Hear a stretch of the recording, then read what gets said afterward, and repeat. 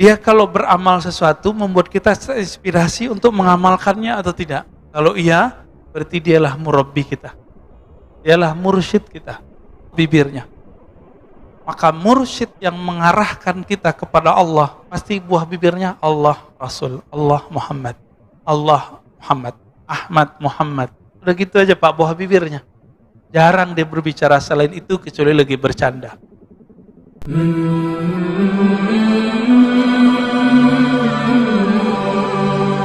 Assalamualaikum warahmatullahi wabarakatuh.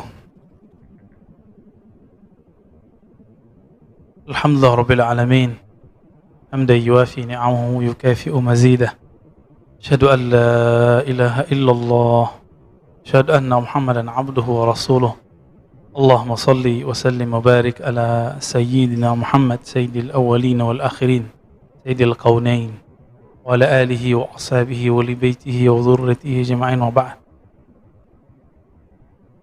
Allahumma bika asbahna wa bika amsayna wa bika nahya wa bika namut wa ilayka an-nushur. Allahumma inna nas'aluka khaira hadzal yawm wa khairan fihi wa khairan ba'dah wa na'udzu bika min syarri hadzal yawm syarri ma fihi wa syarri ba'dah. Bismillahilladzi la yadurru ma'a ismihi syai'un fil ardi wa la fis sama'i as-sami'ul 'alim.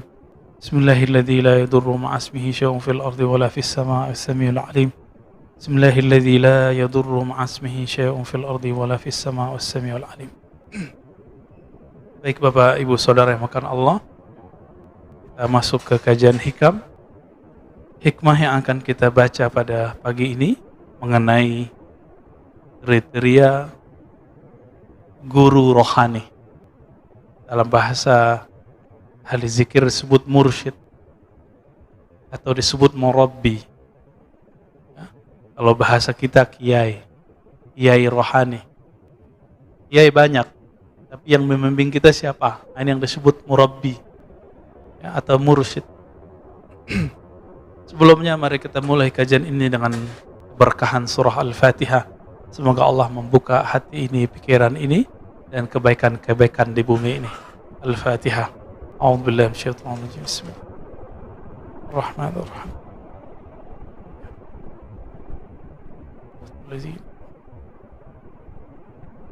Amin. Apa kata Imam Athaillah As-Sakandari?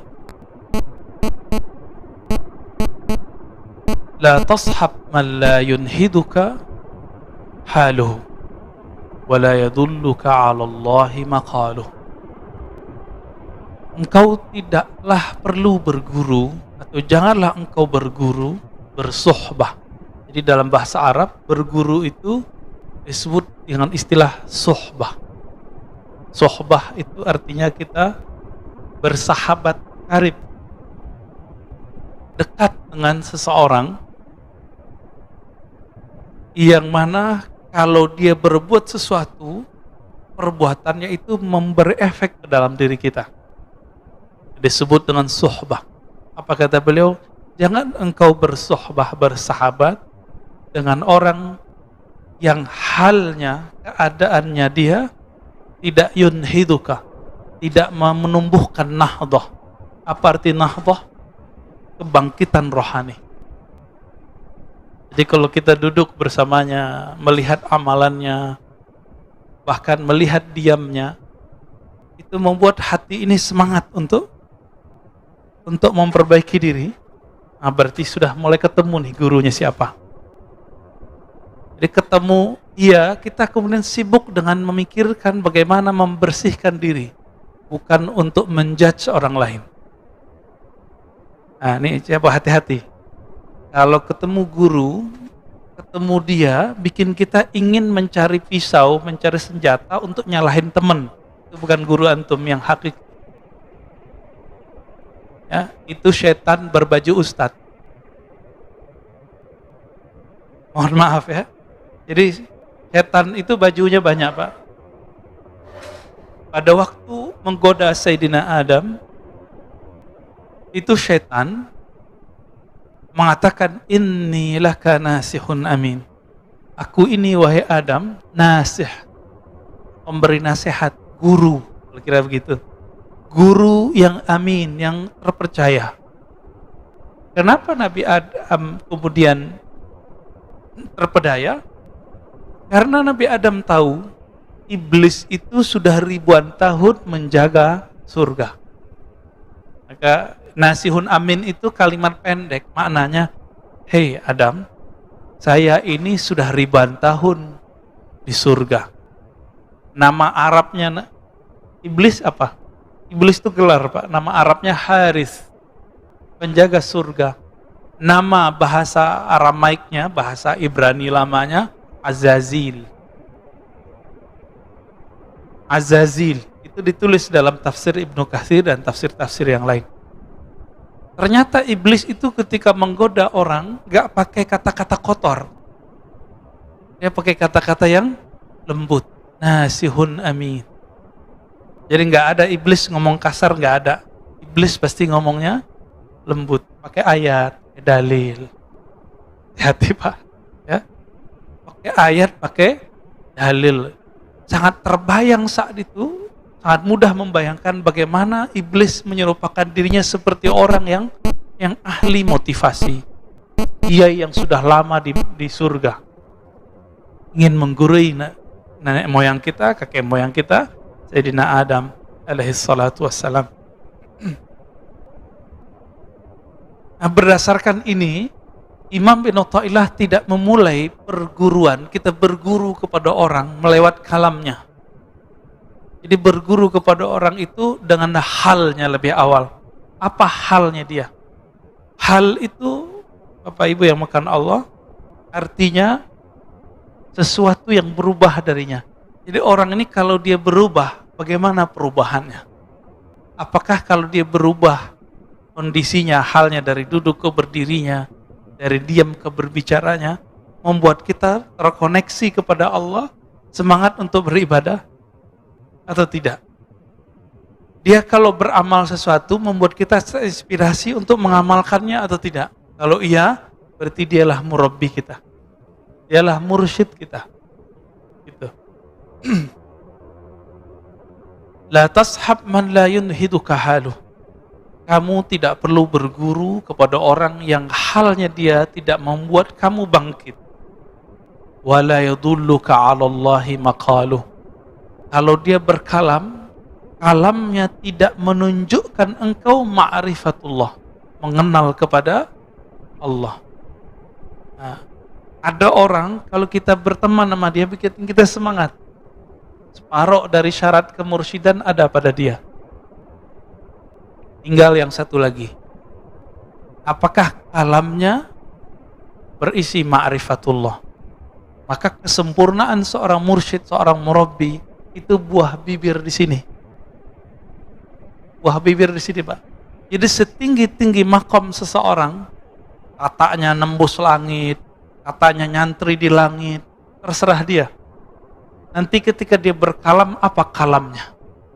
Ini yang paling penting, Pak. Karena kalam itu tanpa dia sadari dia bisa naik ke atas lagi, atau dia Allah taruh ke tempat yang lebih rendah.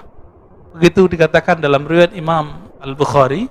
Jadi banyak orang berbicara, dia tidak sadar kalamnya ini membuat makamnya naik. Tapi juga banyak orang tidak sadar ketika dia berbicara, kalamnya membuat Rasulullah tidak mau lagi memandangnya. Termasuk orang berbohong atas nama Nabi Sallallahu Alaihi Wasallam itu haram hukumnya. Secara rohani dia sudah di blacklist, nggak masuk ke dalam daftar aulia. Oleh kalau tidak tobat kepada Allah Subhanahu Wa Taala. Ini lagi banyak ini ya. Mohon maaf Pak. Dulu di masa tabi'in ada seorang tabi'in ingin menjilat, menghibur seorang raja, khalifah dari Bani Umayyah. Si khalifah ini suka main burung. Untuk menghibur sang raja, apa kata dia? Rasulullah SAW mengatakan bla bla bla bla, terakhir main burung. Untuk menghibur raja. Sekarang raja bukan presiden. Di negeri demokrasi, raja itu umat, masyarakat. Maka orang akan menjilat umat cuma untuk menyenangkan hati umat. Dalam ilmu hadis, orang begini mesti dipecat secara rohani. Ya. Gak boleh lagi. Dia bukan tataran para wali. Dia pembohong atas nama Rasul, maq'adahu minan nar. Tempat tinggalnya pasti neraka kalau dia nggak tobat. Ya, hadisnya mutawatir. Man kadzaba alayya muta'ammidan falyatabawwa maq'adahu minan nar. Siapa yang berbohong atas namaku sengaja, falyatabawwa maq'adahu minan nar, siap-siap tempat tinggalnya di neraka. Mau dia siapa? Mau dia terkenal, mau dia nggak terkenal, mau kiai, mau hafiz, sama. Tolong berhati-hati dalam berguru, ya. Jangan hal yang sekecil ini nanti merusak perjuangan kita. Hati-hati berguru. Udah tahu begitu masih berguru, ya salam, ya. Jahilun murakkab, jahil terstruktur, Pak. Murakkab artinya apa? Nggak sadar kalau dia itu jahil. Akhirnya khalifah ini ngusir orang ini. Kenapa? Dia kira khalifah nggak ngerti hadis. Khalifah di Bani Umayyah sebelum jadi khalifah nyantri dulu. Dengar ahli hadis dulu dia. Baik. Wala yadulluka 'ala Allahi maqalu. Mursyid itu 50%-nya ada di kalamnya. Apa buah bibirnya? Maka mursyid yang mengarahkan kita kepada Allah, pasti buah bibirnya Allah Rasul, Allah Muhammad, Allah Muhammad, Ahmad Muhammad. Udah gitu aja Pak buah bibirnya. Jarang dia berbicara selain itu kecuali lagi bercanda. Maka disinilah terungkap bahwa martabat kewalian itu beragam.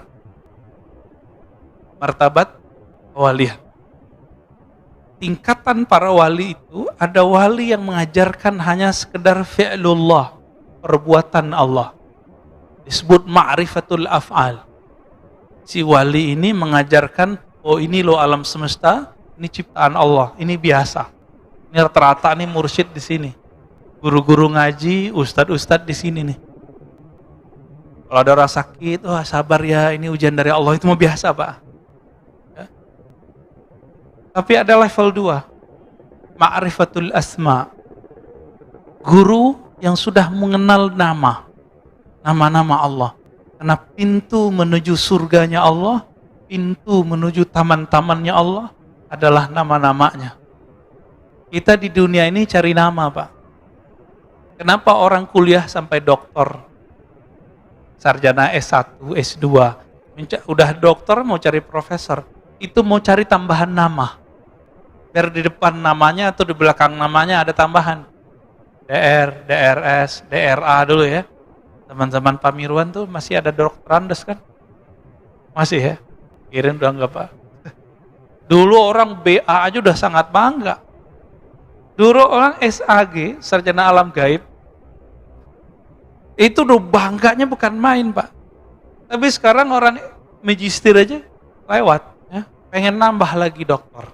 Begitulah manusia gak puas-puas. Ya. Orang cari nama. Ada orang udah gak nyari nama gelar akademis. Sekarang dia nyari gelar rohani. Maka dalam dunia tarekat, ujian seorang murid adalah ingin mencari gelar kemursidan. Nah ini ujian para salik. Ingin dapat ijazah dari gurunya supaya disebut sebagai mursyid. Nanti di depan namanya ada gelar syekh. Oh, itu berat itu.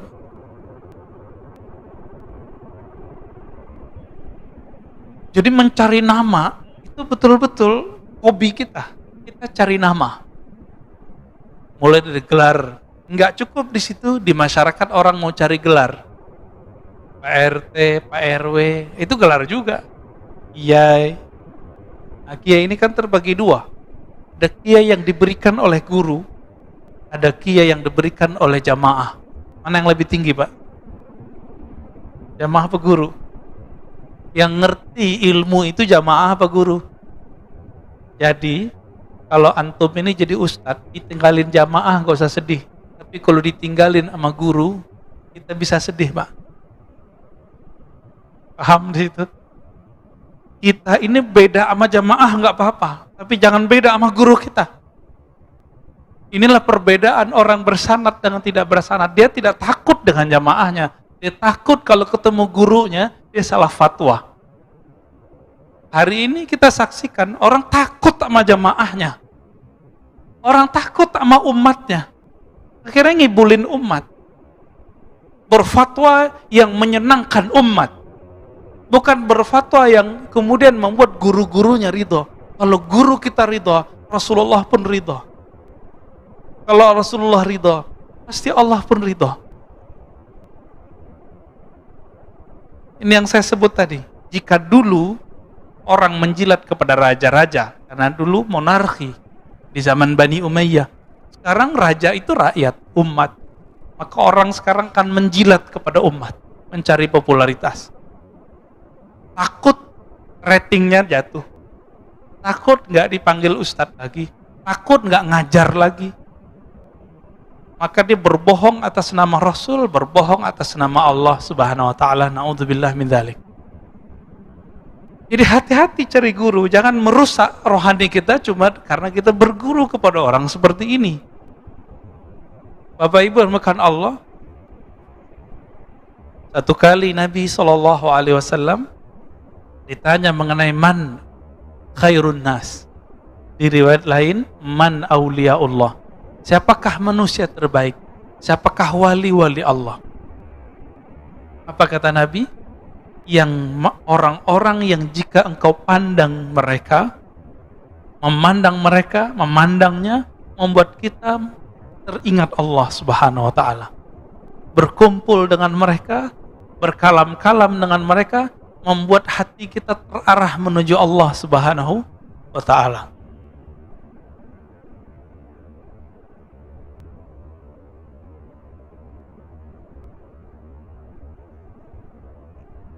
Maka dikatakan dalam kitab ini, ya, Imam Az-Zarruq, Imam Ibnu Ajibah.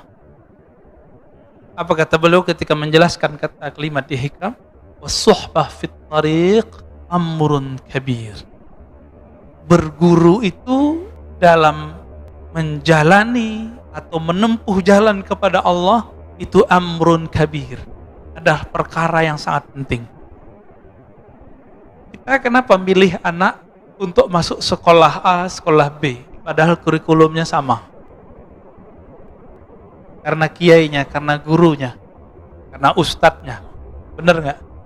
Kita mau bayar mahal cuma karena di sini ada sistem yang bagus, gurunya disiplin. Untuk anak, untuk kesuksesan dunia kita begitu Pak. Untuk akhirat begitu nggak? Ya, ketat nggak berguru? Inilah makna dari kalam beliau. Oleh karena itu muncullah suatu kalimat dari Abu Yazid Al-Bustami. Ini bukan hadis ya. Ini kalam ulama salafus saleh, wafat 261 Hijriah, sezaman dengan Imam Muslim. Man la syaikha lahu fa syaikhuhu syaitan. Yang tidak punya guru mursyid, maka gurunya adalah syaitan. Nanti was-wasnya yang main. Itulah yang terjadi pada orang-orang, baik dia orang-orang spiritualis ataupun pergerakan. Ya. Kita udah punya pergerakan nih harakah, tapi nggak punya murabbi rohani. Punya murabbi, tapi murabbinya pun tidak punya murabbi. Nggak nyambung kepada Rasulullah SAW. Apa yang terjadi? Ya siap-siap saja. Was-was yang muncul adalah was-was syaitan. Dikira itu dari Allah, dikira dari Nabi, padahal dari syaitan. Kita sudah membahas di kitab Ar-Risalah Al-Qushairiyah. Setiap hari ada khatir, ada lintasan masuk ke dalam diri. Ada berapa banyak lintasan masuk ke dalam diri kita? Nah, ini belum saya sebutkan di Risalah Qushairiyah. Ya. Dalam kitab Imam Al-Kattani disebutkan dalam kitabnya Khabi'atul Qaun. Jadi perbendaharaan alam.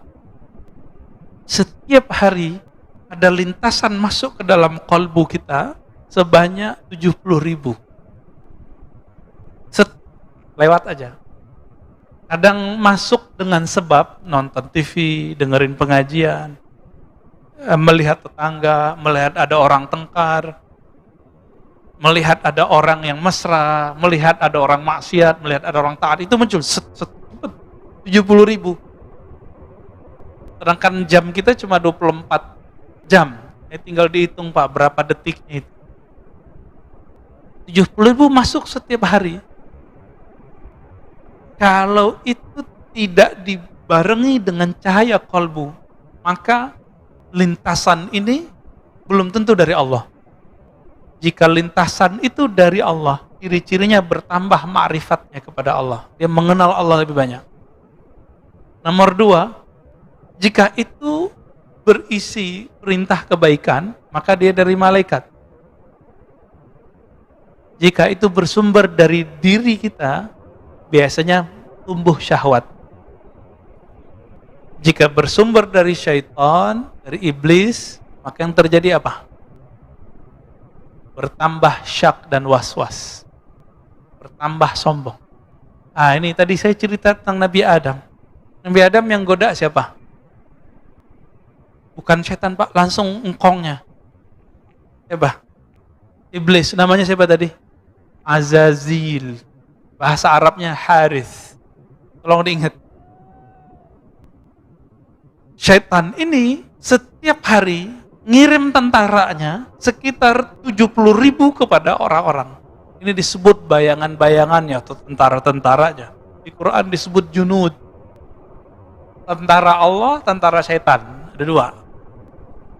Jadi si Azazil ini, Bapak harus tahu, Azazil ini dulu bertirakat di surga. Sampai dia dekat kepada Allah dan memandang Allah, berkalam-kalam dengan Allah. Maka si iblis punya ma'rifatullah. Hati-hati. Si iblis punya ilmu ma'rifat Pak. Iblis ini punya ilmu bagaimana cara menceritakan tentang Allah. Si iblis ini kemudian mempunyai 70.000 prajurit ring 1. Ini ring 1 kita sebut nih, 70.000. Ini ring 1 ini Bapak Ibu yang melakukan Allah, jika Azazil tugasnya menggoda para nabi, maka ring 1 ini tugasnya ngapain? Menggoda para wali. Jadi wali-wali Allah itu dikirimin kepada mereka kalam-kalam yang dulu didapat oleh Azazil waktu dia bertirakat di surga. Hati-hati Pak. Ya. Jadi tidak semua kalam-kalam rohani yang didapat oleh seseorang, meskipun itu tentang Allah, itu semuanya dari Allah. Siapa tahu dari iblis. Tapi yang dikatakan iblis benar nggak? Jika itu tentang bab hakikat, dia benar.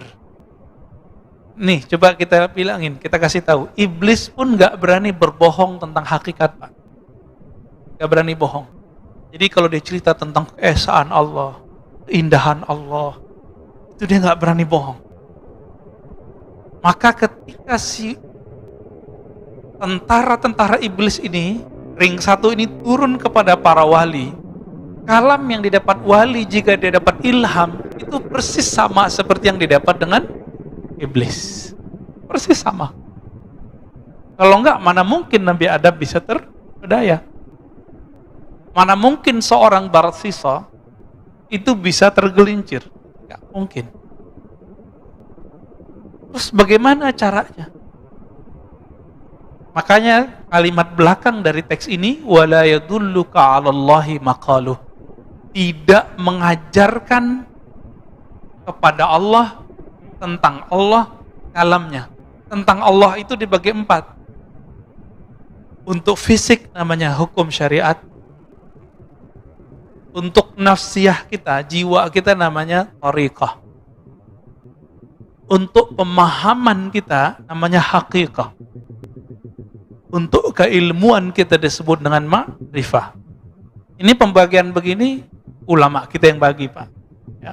Sebagaimana ahli fikih boleh membagi hukum, ahli hadis boleh membagi jenis-jenis hadis, maka ahli qalbu pun membagi supaya muridnya gampang memahami. Bagaimana? Kenapa saya sebut 4 tadi? Syariah, thariqah, Apa tadi? Hakikat, ma'rifat. Si iblis bawa ma'rifat, Pak, paling ujung. Jadi semua orang beramal supaya dapat paling ujung ini. Iblis kan dulu sudah dapat ini dan dia simpan dalam memorinya. Dia kirimlah memori itu kepada tentaranya ring 1 tadi. Tentaranya ini datang kepada wali-wali, membisikkan hal yang sama. Cuma ingat, nomor 2, 3, dan 4, iblis bisa menyamar. Tapi nomor 1, yang paling bawah tadi apa? Syariat. Iblis nggak bisa nyamar, Pak. Iblis nggak bisa nyamar. Jadi setinggi-tinggi makom seorang wali, kiai, itu tetap testing awal dan akhirnya itu di syariat. Dan itu terlihat dari kalamnya. Maka gampang ngecek ini wali Allah atau wali setan. Nih mohon maaf nih, di antara wali-wali itu ada wali namanya wali sufi, karena dia soleh. Ada wali namanya malamatiyah. Malamatiyah ini wali tapi tidak mau menunjukkan kesolehannya. Jika mereka ada di sisi kita, mereka itu ujian bagi kita, Pak. Mereka itu nguji Pak Mirwan, sholatnya nanti khusyuk atau ingat orang itu. Nanti kalau Pak Mirwan ketemu, Pak, kita lagi sholat nih, depan masjid dia berisik. Dia nggak ikut sholat sama kita, padahal dia nanti sholat juga. Berisiknya bukan main. Dalam sholat Pak Mirwan bilang, ini iblis ini. Terlaknat ente. Ada kalimat begitu, udah kemasukan iblis. Jadi orang-orang ini namanya wali malamatiyah. Apa arti malamatiyah? Adanya dia itu nguji kita bakal menghujat dia atau tidak, disebut malamatiyah. Suatu kali dulu ada, saya sering cerita ini ya, Quthaib Alban, murid dari Syekh Abdul Qadir Jailani. Ceritanya dinukil oleh Imam Izzuddin bin Abi Salam dalam kitabnya Zubad. Apa kata beliau? Suatu kali Quthaib Alban, di saat orang sholat di masjid, seorang qadhi agung telah memimpin sholat. Tapi Quthaib Alban ini mirip-mirip kayak wali majzub. Apa contohnya ya? Habib Syekhon lah ya. Bikin berisik di luar. Maka terganggulah orang dalam masjid.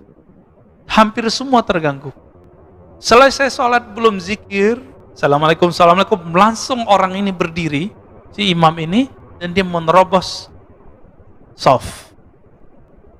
Sekedar ingin jambangin, ingin kasih pengajaran kepada orang yang berisik di depan masjid. Apa kata si hakim yang jadi imam ini? Wahai musuh Allah. Wah, kalimatnya langsung begitu. Hati-hati, Pak. Ini ciri-ciri orang nggak lolos kalau kena uji wali yang level 2. Kalau sama wali level 1 kebanyakan kita bener. Ya bener, dia soleh, pakai serban, pakai gamis, pakai sajadah, pakai tasbih. Kita gampang tahu. Tapi kalau wali level 2 ini, kita susah mengenalnya. Dikata-katai lah ya oleh si imam ini. Jadi imam ini, apa yang dia kata-katai dalam sholatnya, itu keluar semua. Ya, Quthaib Alban senyum aja. Akhirnya Quthaib mengatakan, wahai Tuan Hakim, Tuan Qadhi, Tuan Imam, semua gelarnya disebut. Apakah engkau mengetahui semua ilmu Allah? Apa jawaban dia? Enggak.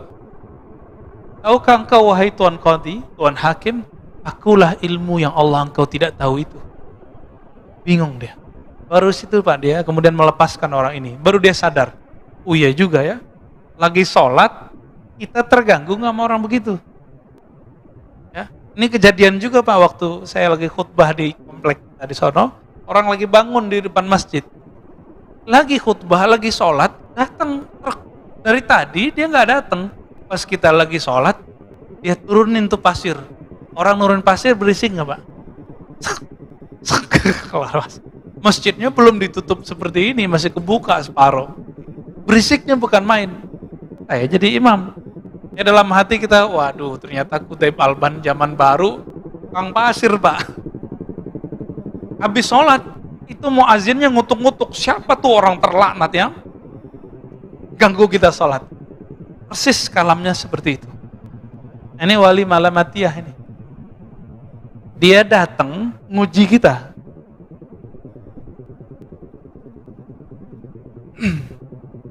Tapi ada wali yang ketiga, wali setan. Ya, wali setan, hati-hati Pak. Alamnya ma'rifat, ma'rifat, ma'rifat, ma'rifat, ma'rifat. Diuji sedikit dengan syariat, dia mulai kemudian menghindari. Wali itu kalau seandainya, nih mohon maaf, seandainya Bapak Ibu ketemu dia tidak sholat, belum tentu dia nggak sholat. Kalau wali bener ya, kita ketemu dia kelihatan nggak sholat sama kita. Itu belum tentu dia nggak sholat Pak. Gimana maksudnya? Ini seperti Qutaib Alban tadi. Masih ingat kisah Uwais Al-Qarni yang tidak sempat pergi haji, lalu semua bekalnya dia kasih ke temannya. Ketika temannya pulang, temannya mengatakan apa? Selamat ya ente haji mabrur. Jadi temannya menyaksikan bahwa dia tawaf di Masjidil Haram. Apa itu Pak? Jadi wali-wali Allah ini salah satu khususan mereka, Allah buat diri mereka bisa mecah. Entah malaikatkah nanti yang jadi wakilkan. Ini bukan khurafat Pak, kita sudah banyak kitabnya. Ya. Dan zaman ini juga ada. Nggak usah jauh-jauh. Saya punya teman baru belajar sholawat, kangen raudhah. Temennya lagi di raudhah saudaranya. Apa kata dia? Loh, kok ada saudaraku di raudhah? Pulang-pulang dia tanya, ente kemarin umroh ya? Enggak, saya di Jakarta gitu. Jadi dia menyaksikan temannya yang sedang berselawat di raudhah, padahal temannya lagi di Jakarta. Itu kejadian Pak, teman saya. Ya, orangnya masih hidup, orang biasa. Apalagi wali Allah yang agung. Cuma ini jangan jadi alasan juga Jumatan di Mekah. Jam Jumatannya beda. Kita Jumatan di sini, sono belum Jumatan. Ya, itu nggak alasan juga ya. Hanya wali-wali tertentu yang boleh kita sebut dia Jumatan di sono. Nabi Muhammad SAW ya, itu lebih banyak mukjizatnya atau lebih sedikit dari Nabi Yakub, Nabi Yusuf? Mana yang lebih banyak Pak? Nabi Muhammad. Di saat Nabi Yusuf tergoda di Mesir, Nabi Yusuf yang ada di Mesir, ayahnya lagi di Yerusalem. Dia melihat ayahnya hadir, lalu ayahnya mukul dia pakai tongkat.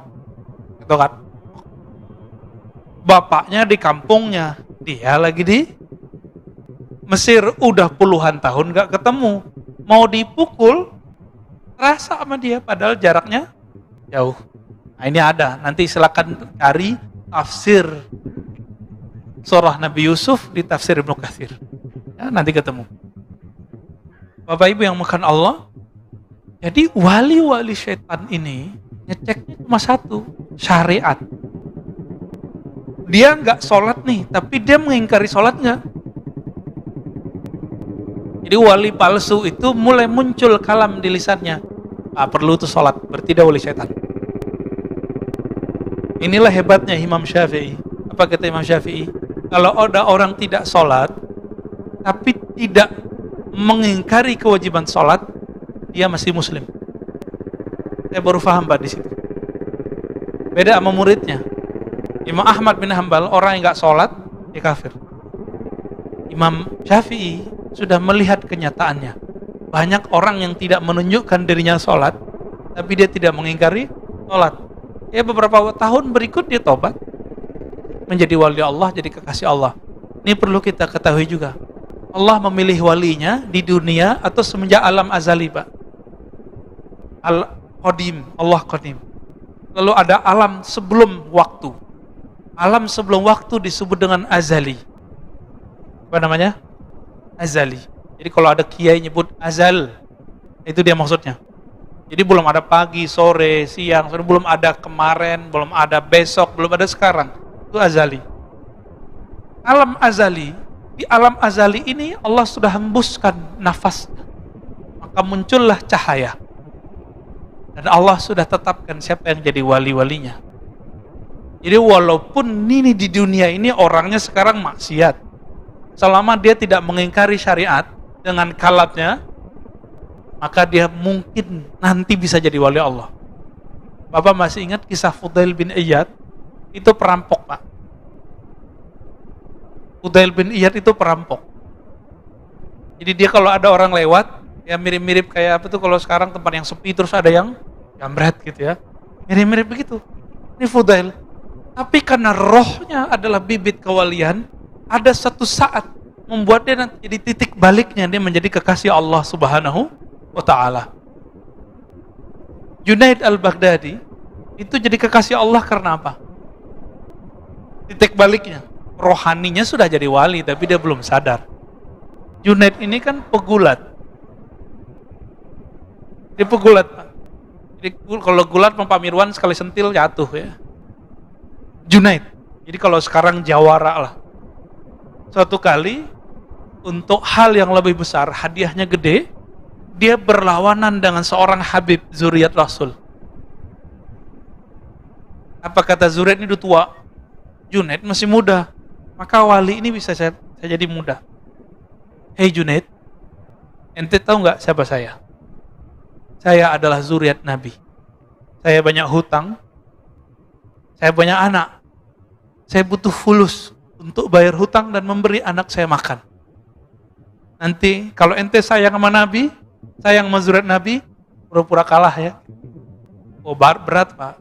Mau dapat ribuan dinar, tapi dia harus ngalah. Akhirnya dia pura-pura jatuh dan pura-pura kalah. Disitulah dia jadi wali. Ketika dijatuhkan, di situ Allah kemudian angkat kalbunya. Karena dia mencintai zuriat Nabi Sallallahu Alaihi Wasallam. Mencintai zuriat Nabi belum tentu kita mengikuti kalamnya. Belum tentu kita mengikuti perbuatannya. Cinta aja. Apa kata Nabi? Ahibbu ahla baiti hubban li. Cintai ahlu baitku karena engkau mencintaiku. Batas itu. Jika ahlu bait ini tidak ikut Nabi, kita nggak ikut. Kita nggak ada urusan. Inilah makna ya. Man la syaikha lahu fa syaikhu syaitan. Yang tidak berguru, gurunya syaitan. Dia sudah tahu cara ngecek ini orang wali Allah, wali malamatiyah, wali sufi, wali malamati, dan wali syaitani. Apa bedanya? Dia ingkar syariat atau tidak? Dengan kalam, Pak. Ini di kalam, bukan di perbuatan, tapi di kalam. Jadi mau dia bermaksiat 70.000 kali setiap hari, selama dia tidak menghalalkan maksiatnya, dia bisa berbakat jadi wali. Tapi mau dia sholat 1000 rakaat, kalamnya kalam ma'rifat, setiap hari bermajelis dengan Allah, tapi dia bilang, sholat tidak wajib, yang halal haram. Udah Pak, itu wali setan. Dari mana kita tahu? Kita taunya dari kisah Syekh Abdul Qadir Jilani. Datang kepadanya setan berupa cahaya, setan yang ring satu tadi, membawa ma'rifat iblis, ma'rifat iblisiyah, dengan semua kalam-kalam yang mirip dengan kalam yang didapat oleh para nabi dan para wali yang lain. Tapi di ujung, jadi ini berhari-hari, bahkan bertahun-tahun, Syekh Abdul Qadir Jilani dapat kalam-kalam rohani, isinya ma'rifat, itu dia terima, iya. Ketika si yang punya kalam ini mengatakan, tahukah engkau wahai Abdul Qadir Jilani, semenjak detik ini semua yang haram halal bagimu. Langsung Syekh Abdul Qadir Jilani senyum. Iblis nih. Iblis ring satu. Tapi Imam Junaid ditanya, mungkinkah seorang wali berselingkuh? Mungkinkah seorang wali bermaksiat? Mungkinkah seorang wali terjebak korupsi? Mungkin. Selama dia tidak menghalalkan itu. Selama dia tidak menghalalkan itu. Itulah rahasianya. Kenapa pembohong atas nama Rasul langsung tempatnya di neraka, Pak? Karena di kalam. Di kalam ini penting sekali.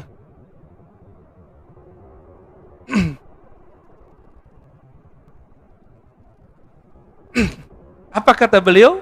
Al-insan kasyajaratin nabitah fil khala. Ruhnya manusia itu, jiwanya manusia itu seperti biji pohon yang tumbuh di tempat yang sepi, di tanah yang tidak ada yang punya. Kalau dia tidak punya guru, ibarat si biji itu kemudian tidak dipindahkan ke tempat yang bagus, lalu tidak dipupuk, tidak dirawat, tidak dipotong rumput-rumput yang ada di sekitarnya, tidak digemburin tanahnya. Kira-kira kalau itu padi, kalau itu jagung, jagungnya berbuah, ada isinya nggak? Kosong. Pernah ngelihat ada jagung tumbuh isinya kosong? Ya. Apa kata beliau?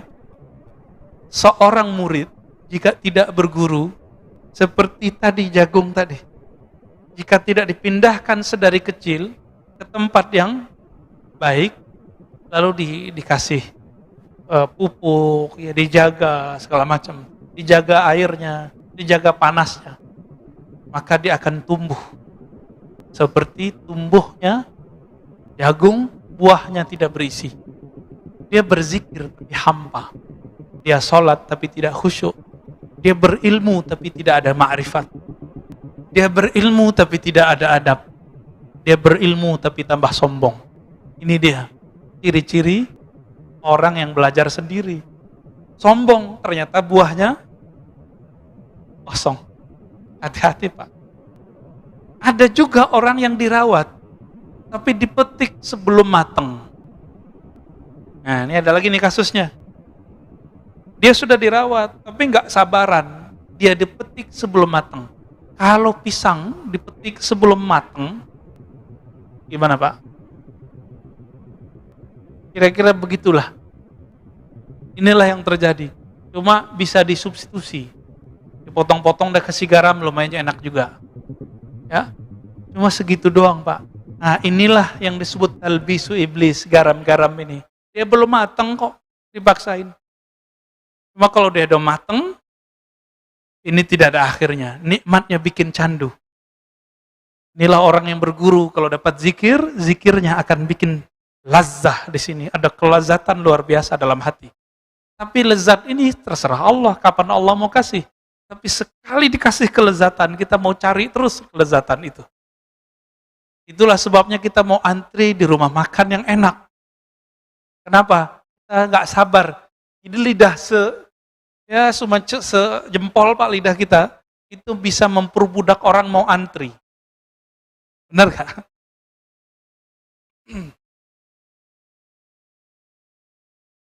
Itulah sebabnya Bapak yang melakukan Allah, orang-orang yang tidak berguru, meskipun bijinya bagus, gak jadi. Tapi ada orang, udah tumbuh nih, udah agak sedang tumbuhnya. Dilihat oleh seorang petani, wah ini kasihan nih kita pindahin. Gak telat kok, masih bisa tumbuh. Sebelum nyawa ini berpisah dengan badan, belum ada kata telat. Berguru, dari ahli ma'rifatullah yang bersyariat. Yang mengindahkan syariat dengan kalamnya. Ya. Ada orang soleh secara zahir, tapi kalamnya merendahkan orang, berbohong atas nama Rasul. Kita nggak masuk itu. Kita nggak masuk itu, Pak. Ya. Ini sudah melanggar adab-adab Nabi. Nah, di sini bagian terakhir yang mau saya sampaikan. Masih panjang ya, mau syuruk. Ada kriteria syekh yang ideal. Mau cari guru yang ideal, ini dilengkapi di sini oleh Imam Ibnu Ajibah pensyarah kitab Hikam. Ilmun sahih. Pertama, ilmunya harus sahih. Itu yang tadi saya katakan. Ilmu yang sahih itu, ma'rifatnya tidak membuat dia membatalkan syariat. Ya. Sekarang kebalikan, antum punya guru kebalikannya. Dia syariatnya bagus, tapi dia membatalkan ilmu hakikat. Banyak hari ini? Banyak. Mulai dari yang mengingkari ilmu tasawuf, ilmu ma'rifat, yang memusuhi mereka, yang menzindik-zindikan mereka, itu banyak. Sampai yang berbohong atas nama mereka, banyak. Itu sama semua tuh. Gimana Pak? Jangan-jangan kita berguru sama mereka nih. Ini syariatnya oke, jadi ilmu syariatnya bagus, tapi ilmu hakikat dia batalkan. Ciri-cirinya sederhana, dia ngomong, nggak ada tuh ilmu hakikat, nggak ada tuh tarekat, nggak ada tuh tasawuf zindik. Ini kalau udah ngomong begini ya salam ya. Jadi berarti ilmunya belum sahih. Sebaliknya, ma'rifatnya tinggi tapi dia mengingkari syariat, batal. Wa dzauqun sharih. Zauq yang sharih. Apa arti zauq? Perbedaan antara ahli qalbu dengan ahli fikih satu aja, Pak. Ahli kalam, ahli akidah. Ahli akidah, ahli tauhid itu sering bercerita tentang Allah beristawanya gimana, turunnya gimana, sifatnya berapa, sifatnya begini, sifatnya begitu, takwil boleh atau tidak, pembagian tauhid. Namanya orang ahli tauhid, ahli di teori. Tapi orang ini kebanyakan tidak merasakan kehadiran zat yang dia ceritakan. Dicek aja sholatnya, Pak. Ini bisa ngomong, Pak. Sajanah ini bisa ngomong, tempat ini bisa ngomong. Apa kata Imam Yahya bin Mu'adz Ar-Razi, Imam Salafus Saleh? Ahli kolbu itu bisa mencium harum semerbaknya kolbu para wali. Jika dia setelah menciumnya, dia akan mengejarnya. Bekas-bekasnya terlihat. Sajadah ini bisa ngomong, siapa aja yang sholat di sini dia bisa ngomong. Kalau kolbu kita harum, kalau kolbu kita ada nur di situ. Dia bisa cek siapa aja yang sholat di situ. Kenapa? Tempat-tempat di bumi dia bermunajat kepada Allah. Ya Allah, tolong buatlah atau takdirkanlah orang yang menginjakku pagi ini orang yang berzikir kepadamu. Jadi jangan sembarangan, Pak. Ini namanya apa nih, Pak? Lantai ini. Batu apa namanya? Marmer. Batu marmer itu sebanyak ini batu marmer di dunia, ada yang jadi istana, ada yang di rumah, ada yang jadi masjid. Itu enggak sembarangan Allah pilih. Itu si batu dulu pernah berdoa tuh. Karena batu itu ada spiritnya. Makanya Nabi ketika bersandar ke satu tiang, tiangnya menangis saat Nabi pindah ke mimbar. Kenapa? Di dalam tiang itu ada spirit yang Allah tiupkan juga di situ. Lalu Nabi ngomong, kamu pilih di surga. Kalau dia di surga, maka dia dikeluarkan spiritnya dari si kayu, dia dikembalikan ke spirit aslinya. Atau engkau tetap menjadi sandaran ke dunia. Baru diam, Pak. Jadi Nabi itu berbicara ke tiang, dan itu terdengar oleh sahabat-sahabat. Nangisnya tiang itu. Zauqun sharih, zauq yang sharih, zauq yang jelas. Perbedaannya cuma satu. Ahli qalbu merasakan Allah, sedangkan ahli akidah menteorikan Allah. Nah, di bab teori ini banyaklah orang salah menyalahkan. Ya. Seorang ustadz mengatakan apa? Akidah Asy'ariyah, orang belajar sifat 20 sesat. Banyak, Pak. Alhamdulillah masjid ini beberapa tahun yang lalu sudah berhasil mengangkat orang ini tidak ngajar lagi di sini. Tempat berjibaku juga ya. Alhamdulillah. Ya. Itu guru-guru Bapak semua di kampung dulu, kiai-kiai kita di kampung itu dianggap sesat sama dia. Dia minta ngaji di sini, tapi giliran pengajian kita dia nggak mau hadir. Ya kan? Nah, ini problem ini. Ini zauqnya nggak sharih. Cerita tentang Allah, tapi nggak merasakan. Ya. Dalam sholatnya dia membayangkan dia mau ngomong apa. Ya. Menyiapkan materi mau diceramah apa. Orang-orang ini zauqnya tidak sharih. Zauq yang sharih, lisannya membaca nama Allah, qalbunya merasakan yang punya nama. Disebut dengan zauq yang sharih. Jadi lisannya dibenarkan oleh qalbunya seiring dengan lisannya. Baru disebut zauqun sharih. Jadi enggak sandiwara. Ya. Ya banyak, saya udah ketemu banyak ahli zikir, Pak, yang pura-pura nangis depan muridnya juga ada. Ya, sebelum ketemu dia basa-basain dulu matanya. Kita lihat. Ya semenjak saat itu saya nggak mau lagi ikut kajian dia. Ya. Kita melihat kepalsuan-kepalsuan itu ada. Orang mengira ini Ini kesalahan ahli zikir kalau tidak berguru atau berguru mentok ditinggalin gurunya. Dia kira puncak dari zikir nangis. Enggak. Puncak dari zikir adalah ma'rifatul mazkur. Mengenal siapa yang dizikirkan. Itu puncak dari zikir. Bukan nangis. Ya, orang susah juga bisa nangis. Orang kejepit kakinya juga bisa nangis. Ya, orang lagi ada masalah, terus sholat nangis, apakah ma'rifatnya tinggi? Enggak. Jadi standar keimanan seseorang bukan karena dia bisa nangis. Karena nangis itu si iblis waktu menggoda Adam, dia nangis-nangis, Pak. Gak nyampaikan ke kita riwayatnya?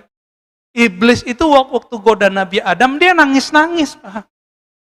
Jadi jangan terperdaya oleh tangisan.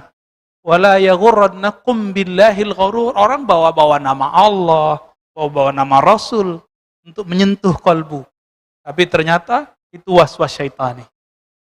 Ciri-cirinya itu dia berbohong atas nama Rasul sallallahu alaihi wasallam.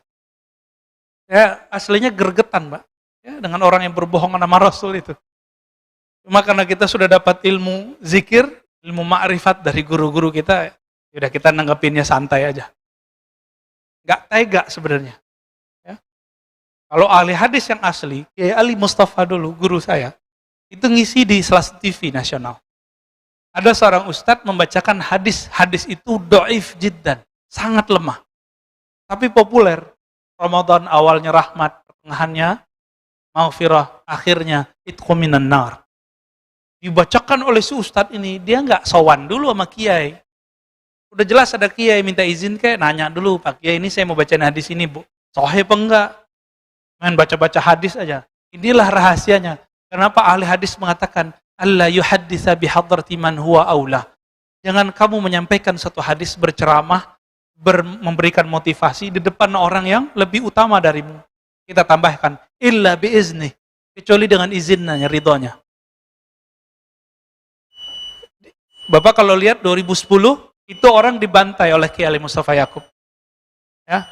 Langsung diambil mic ditanya, "Kamu tahu enggak ini hadis riwayat siapa?" "Ini sahih apa enggak?" Si ustaznya bilang sahih, saya enggak ingat ya. Dia bilang sahih, saya ingat saya itu. Dibantai habis-habisan. Ini hadis dhaif jiddan. Riwayat Imam Ibnu Huzaimah meragukan kualitas hadisnya. Ente sampaikan ke manusia. Tapi manajernya nggak berani marah sama Kiai Ali hadis. Udah galak duluan soalnya. Baik. Kemudian ada himmah aliyah. Si guru ini nggak boleh dia orangnya mudi. Tahu mudi nggak Pak? Mutan. Si guru ini karakter ketiganya semangatnya tinggi. Langsung sampai kepada Allah. Ciri-ciri orang begini, dia ini hatinya sensitif, tapi dia mengalah dengan hati yang sensitif itu untuk kepentingan jamaah muridnya. Jadi biarlah saya makan hati, yang penting jamaah saya nyampe kepada Allah. Bukan malah ngibulin jamaah. Ya. Dia mau berkorban untuk muridnya, berdoa untuk muridnya, siang malam dia mendoakan muridnya, melebihi dia mendoakan anaknya sendiri. Ini yang disebut himmah aliyah. Udah ketemu belum Pak guru begini? Mendoakan murid tiap hari. Orang tua aja cuma doain anaknya biar dapat rezeki yang banyak. Mana orang tua berdoa, ya Allah, kumpulkan kami bersama keluarga kami, anak-anak kami di surga. Lapangkan rezekinya, masukkan dia ke surga. Jarang kan yang doa begitu? Rata-rata berizki. Kayaknya hidup rezeki doang. Kalau guru lebih dari itu, guru mendoakan, ya Allah mudahkan hidup murid-muridku. Kumpulkan kami bersama nabimu di surga. Guru Pak. Ini yang disebut himmah aliyah. Himmahnya nggak cetek. Ya? Maka guru begini, dia punya akses syafaat. Walaupun dia tidak bisa memberi syafaat secara mutlak, dia harus dapat izin dulu dari Nabi Muhammad SAW. Wahalatun mardiyah. Nah, kondisi orang ini, kondisi itu ada dua. Kondisi rohani, kondisi fisik. Kondisi di sini adalah kondisi rohani. Qalbunya hanya berisikan nama Allah, ma'rifatullah. Bukan dunia. Nah, ini yang disebut hal. Hal artinya perubahan-perubahan. Keadaan dia kalau berubah dari Allah, Rasul, Allah, Rasul, Allah, Rasul, udah gitu aja. Cintanya cinta Allah, cintanya cinta Rasul. Ya. Kalau sudah ketemu orang begini, Bapak ambil ilmu dari dia. Karena apa? Karena dialah yang disebut al-mursyid al-kamil. Mursyid yang ideal. Yang pertama apa tadi? Ilmunya sahih. Syariat, tarekat, hakikat, ma'rifat. Tidak boleh bertentangan. Yang kedua, apa yang kedua? Zaukun sarih. Dia lahir batinnya sama. Jadi lisannya dibenarkan kolbunya, kolbunya dibenarkan lisannya. Yang ketiga, himmah aliyah. Semangatnya tinggi, tidak gampang futur. Yang gampang futur siapa? Futur ini don, mudi. Itu jamaah, murid. Tapi kalau guru nggak boleh futur. Ya, nggak boleh. Ya, tersinggung dikit, kemudian nggak mau ngajar lagi, nggak. Ya. Yang keempat, Pak Mirwan senyum-senyum, kayaknya ada yang kena nih ya. Yang keempat, halnya mardiyah. Jadi dia kalau berubah, perubahannya selalu mengarah kepada ridho Allah Subhanahu wa Ta'ala. Semoga kita bertemu dengan mereka. Semoga kita menjadi murid-murid mereka. Amin ya Rabbal Alamin. Baik, ada yang mau didiskusikan Pak? Ini langganan terus, gak ada tanya politik Pak ya? Ya, betul.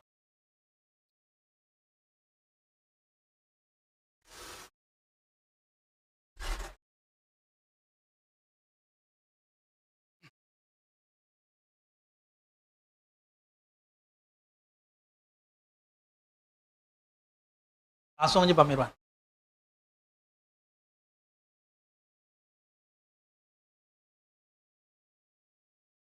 Itu gak sabar ini. Assalamualaikum warahmatullahi wabarakatuh. Waalaikumsalam warahmatullahi wabarakatuh. Pak Ustadz tadi katakan bahwa hadis yang mengatakan sepertiga waktu Ramadan tadi itu kan dhaif. Tolong ini disering-sering sampaikan, mau di masjid sini atau manapun, supaya jangan ini terulang terus. Setiap tahun begitu, ternyata dhaif. Kita baru tahu sekarang ini itu dhaif. Ya, supaya jangan dosa itu terus-terusan berjalan gitu, kira-kira mencegahnya. Insya Allah. Tuh. Yang kedua mengenai guru, ya. Kalau menurut saya dengan adanya perkembangan teknologi, orang sudah cenderung bukan seperti orang dulu lagi, taat kepada gurunya, tapi sudah mulai agak berpecah, ya, terpecah karena banyak guru-guru lain yang di medsos. Nah, ini pengaruh ini perlu juga dikasih. Yang ketiga mengenai ini tadi, kalau orang berbuat salah atau berzina dia, tapi dia tidak mengatakan berzina itu benar, tapi dia melakukan, ya.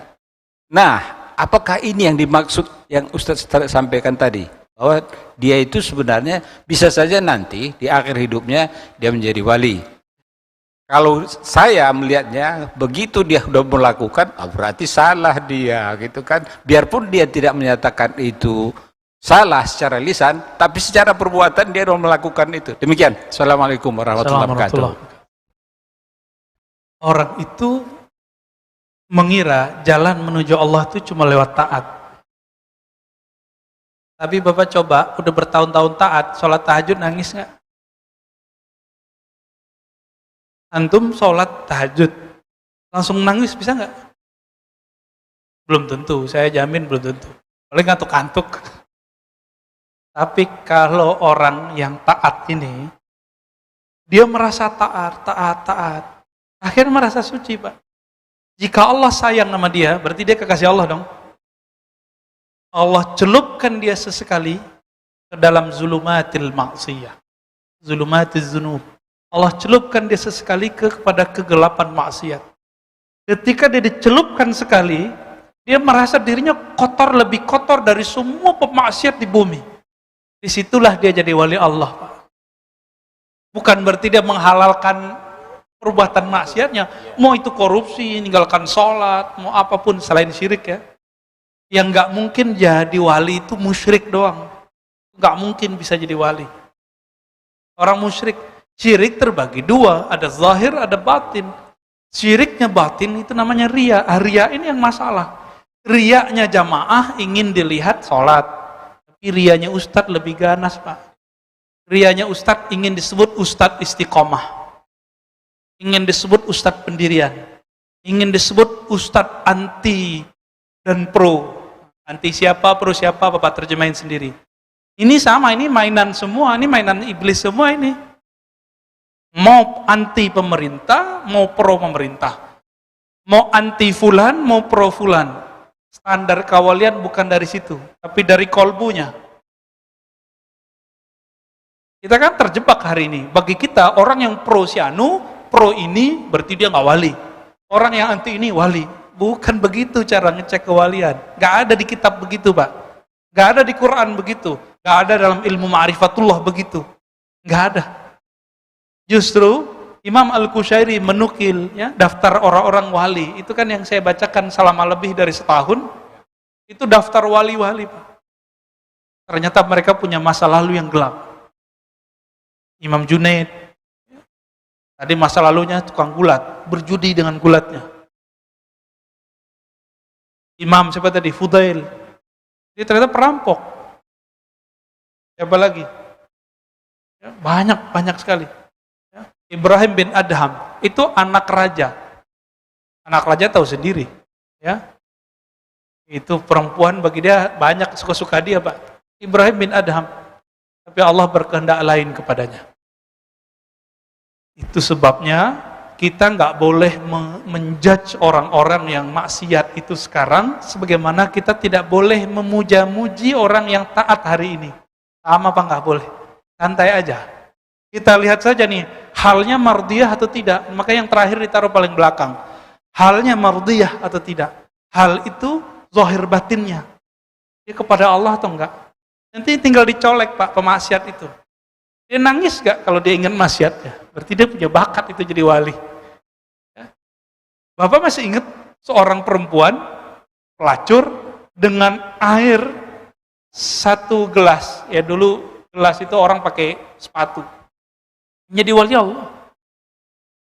Masih ingat ada orang bunuh 99, dilengkapi bunuh ulama yang mengkafir-kafirkan dia 100. Jadi wali, Pak. Kok bisa jadi wali? Allah nggak adil. Ulang lagi syahadatnya bilang Allah nggak adil. Ya? Teman saya bilang Allah nggak adil. Saya ulang, Pak, syahadatnya. Alhamdulillah dia mengulang syahadatnya. Suka-suka Allah dong. Allah tidak boleh ditanya dia berbuat apa. Yang ditanya itu kita. Ini permainan, Pak, permainan semua. Bersisa kurang zikir apa dia? Ratusan tahun dia beramal, muridnya udah nggak sempat lagi, Pak. Jadi tempatnya masjid kayak gini. Udah nggak muat, muridnya disuruh naik, kamu naik. Bersaf-saf ke atas tuh naik. Duduknya bukan di bumi lagi. Tapi Allah batalkan kewaliannya. Ternyata dia bukan wali Allah, tapi wali syaitan. Zahirnya taat, tapi halnya tidak mardiyah. Halnya tidak diridhoi. Inilah makna kalam Abul Hasan Syazili. Apa kata beliau? Ini silakan diamalkan, Pak, doa ini pakai bahasa Indonesia. Kalau diterjemahkan, ya Allahumma ja'al sayyiati sayyiat man ahbabta. Ya Allah, jadikan aku jika berbuat salah, jika terjebak kepada maksiat, jadikan aku orang yang salah dan bermaksiat, tapi engkau cinta kepadaku. Kalau Allah cinta kepada kita, kita buat salah, nanti Allah selamatin nggak kita? Apapun caranya nanti, orang yang dicintai Allah ini wali, pasti diselamatin. Itu. Bapak kalau saya sama anak takut petir, dia lagi jalan. Ada petir, dia takut, dia nggak bisa berdiri, dia telepon, Pak, jemput saya di jalan ini. Kita nggak punya kendaraan, kita jemput, Pak, walaupun hujan, anakku. Gitu. Kira-kira begitu. Ya. Jadi jangan terpedaya dengan banyaknya taat. Jangan terpedaya dengan tingginya ma'rifat. Keselarasan 4 ini penting kita lihat. Insya Allah next kita ulang-ulang tuh hadis, Pak, ya. Ya, mari silakan di belakang. Yang lain ada di belakang. Ya, sudah.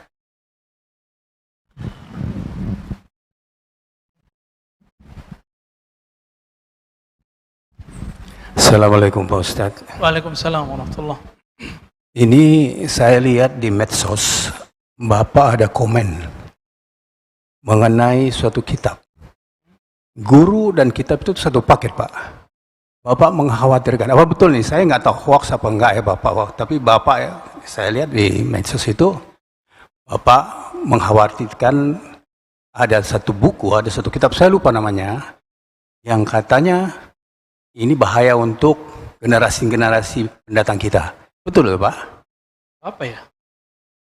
Saya ngajar banyak Pak, sebutin aja. Dari medsos itu saya lihat Bapak punya nama, makanya saya ingin suatu komen dari Bapak mengenai ini. Karena saya ngajar kayaknya kitab hampir di semua tempat. Guru dan kitab itu kan satu Pak ya. Jadi kalau diajarin sama guru dengan kitab yang Bapak bilang itu berbahaya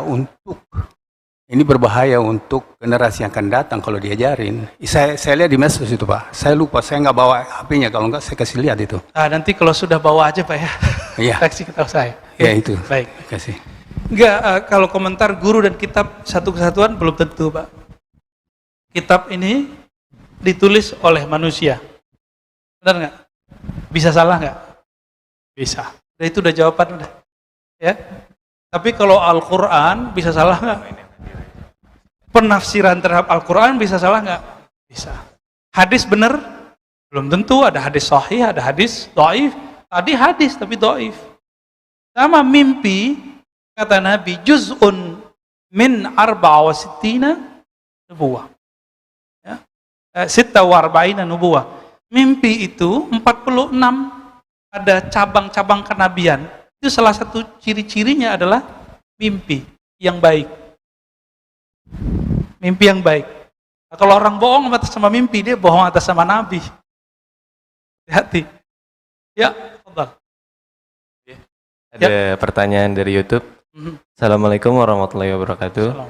Apa yang mesti dilakukan kalau sempat dalam hati kita merendahkan orang yang tampak tidak lebih soleh dari kita? Yang pertama. Ya. Yang kedua, Assalamualaikum, mohon bertanya, apakah untuk mendekatkan diri dengan Tuhan dan melembutkan kolbu, kita harus belajar tasawuf? Dan apakah semua orang bisa mempelajari itu? Terima kasih. Wassalamualaikum warahmatullahi wabarakatuh. Assalamualaikum warahmatullahi wabarakatuh. Kalau kita merasa lebih baik dari orang, rendahkan orang gimana caranya? Gitu ya. Apabila kita tidak menyadarinya secara rohani, maka Allah jika sayang kita akan membuat kita sadar secara kontan. Kayak tadi, jika ada orang yang taat ini Allah sayang sama dia, terus dia merasa lebih taat dari orang Pak. Apa yang Allah lakukan? Allah akan celupkan dia ke dalam maksiat, sehingga ketika dia selesai maksiat, dia kemudian ingat lagi, dia merasa hina di situ. Tinggal pilih. Sadar sendiri, atau nanti Allah yang sadarin. Ya. Dan yang kedua, Bapak Ibu yang bukan Allah, ingat satu hadis. Tidak masuk surga, siapa yang di dalam dirinya ada satu biji zarah kibr. Iblis itu kenapa tidak ada hak di surga? Karena di hatinya ada kibr. Ciri-ciri kibr sombong itu cuma satu, mengatakan seperti kata iblis, ana khairum minka. Ana khairum minhu. Aku lebih baik daripada dia, ya Allah. Iblis ngomong sama siapa, Pak? Allah. Berarti tidak semua orang yang bisa mengakses ma'rifat kepada Allah, dia kekasih Allah. Ya, iblis bisa ngomong begitu. Ya Allah, aku lebih baik dari dia. Berarti dia bisa dialog dengan Allah kan? Jadi ma'rifat iblisiyah ini, syaitaniyah ini, dia juga bisa komunikasi sama Allah, Pak. Tapi setiap kali dia mendapatkan suatu ilmu, dia bertambah sombong, bertambah sombong, bertambah sombong. Acaranya ingat hadis ini terus. Ya. Kalau masalahnya masalah yang lain, kalau masalah kehidupan, tinggal lihat aja ya. Kalau kita merasa lebih mulia karena harta, karena rumah, coba lihat. Si guguk, ayam, itu binatang-binatang sekitar kita, mereka kalau kenyang, nggak pernah bawa duitnya pulang, bawa makanannya pulang. Jadi kalau dia kenyang, dia tinggalin nggak makanannya, walaupun dia kemudian masih butuh besok.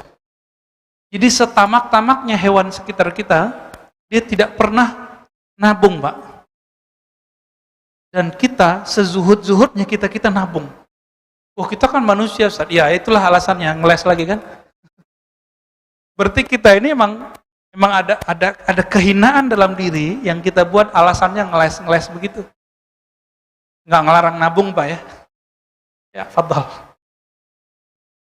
Terima kasih Ustaz. Assalamualaikum warahmatullahi wabarakatuh. Assalamualaikum. Ustaz, mohon penjelasan. Tadi ada Ustaz katakan bahwa setiap hari ada 70.000 lintasan hati yang kadang sebagai awam dan fakir itu bagaimana mensikapinya, Ustaz? Apakah lintasan-lintasan itu apabila kefakiran dengan keawaman kita lama-lama dapat membentuk satu karakter yang melenceng atau mendekat begitu, Ustaz? Mohon penjelasan, Ustaz. Assalamualaikum warahmatullahi Assalamualaikum. Kenapa kita perlu berguru? Supaya lintasan-lintasan rohani itu tidak menjadi bumerang di akhir. Guru ini, kalau kita bersama dia, langsung lintasannya jadi baik semua, Pak. Kalau gurunya benar ya, yang tadi 4 syarat tadi. Secara zahir, guru itu harus bersanad, berijazah. Jadi maka kita kasih tahu, kita nasihatin diri kita sendiri, Bapak semua, kalau nyari mursyid zikir, pastikan dia bersanad, berijazah, mursyid. Pastikan dia punya ijazah. Boleh tanya temannya, gurunya, langsung ke beliau juga boleh. Orang tidak berijazah, kemudian mengangkat murid lagi. Ini bahaya ya. Saya kasihan sama murid-muridnya. Dan kasihan kepada orang ini. Mau dia katanya zikirnya ribuan kali, mau dia sakti, mau dia kasyaf, itu nggak ada urusan. Ya, khawatir nanti yang masuk kepadanya bukan malaikat, tapi iblis ring 1. Ma'rifat yang masuk itu dari sana. Hati-hati. Nah, ini banyak ya. Banyak sekali.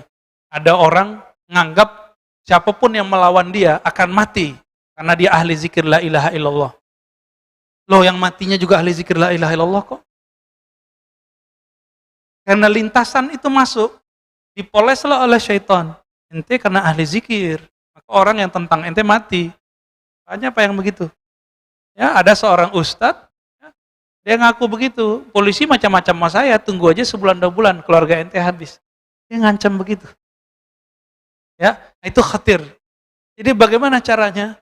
Dia harus punya guru yang ahli mengerti khatir. Itu sebabnya di zaman Rasulullah, setiap pagi majelis Nabi itu mereka setoran mimpi. Setoran mimpi, Pak. Karena mimpi itu bagian dari khatar. Ini belum jelas setoran mimpinya apa, udah cerita aja kepada orang. Ya. Baik, kira-kira begitu, Pak. Kita cukupkan, semoga pagi ini diberkahi oleh Allah. Lintasan yang masuk ke kalbu diridai oleh Allah Subhanahu wa taala. Kita bertemu guru yang Allah ridai juga sehingga kita menjadi hamba